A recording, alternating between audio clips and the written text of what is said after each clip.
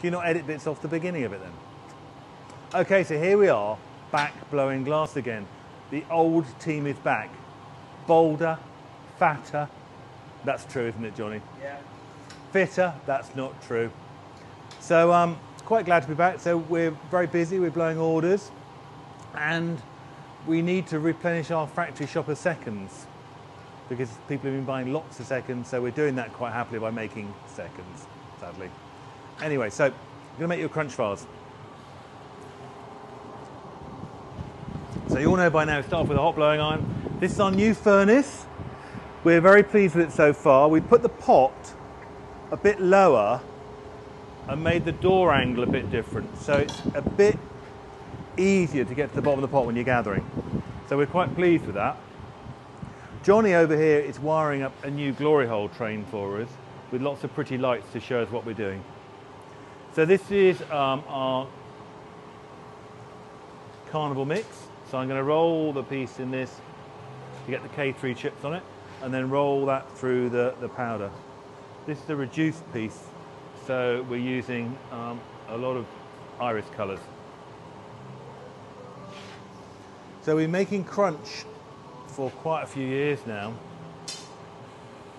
and crunch is named after the credit crunch because we had to make a whole new range of glass that was affordable.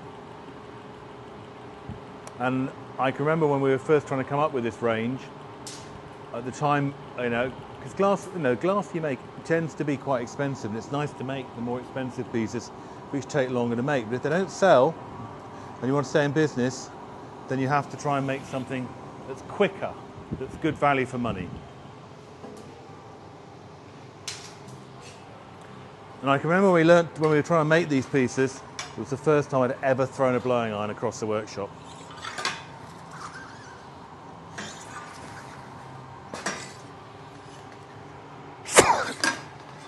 And I go through periods of hating making these and then periods where it's all right, so I'm quite enjoying it at the moment. And it's good practice getting back into blowing glass. But you have to make these fast. There isn't a leeway in them to make them slowly.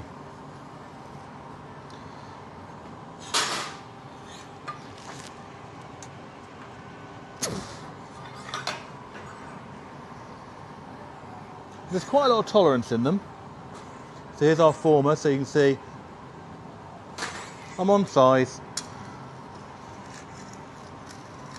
Okay, Johnny Punty.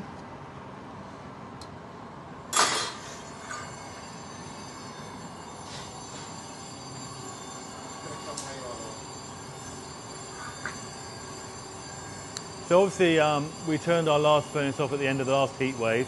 Managed to have the furnace off all the way through and it's a bit cooler, and now the weather's heated up again, we've turned it back on again. So that's just the way we like to work, isn't it, Johnny? Yeah, it has to be done.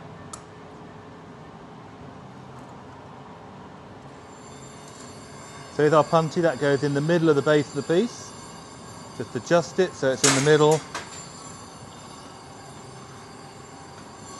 Slightly wet file around the score line. And that knocks off. Now, when you're making things this quickly, you've got to have a low FUF, which I can't quite explain what an FUF is, but I'm sure some of you know. It's very important to make as many as you can, as perfect as you can, as it is with all glass. But interestingly, the lower the things are in price, the more important it is that you don't make a second. You haven't got any leeway. So I've got that hot now at the top. You can see the top's hot. Back to the chair, just papering it around the top there. I put my jacks in the hole, open it out, and then I'm going to flip this out. And as I cut it in, it'll make the top go wavy.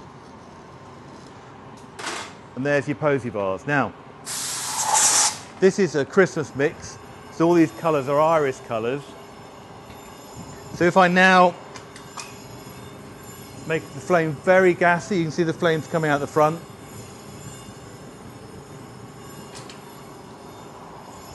it'll make all these colours go shiny.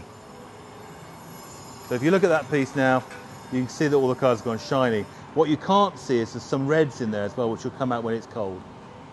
And there's your Christmas posy vase. This one will be hot footing it on the way to Arran next Wednesday. Thank you very much for watching.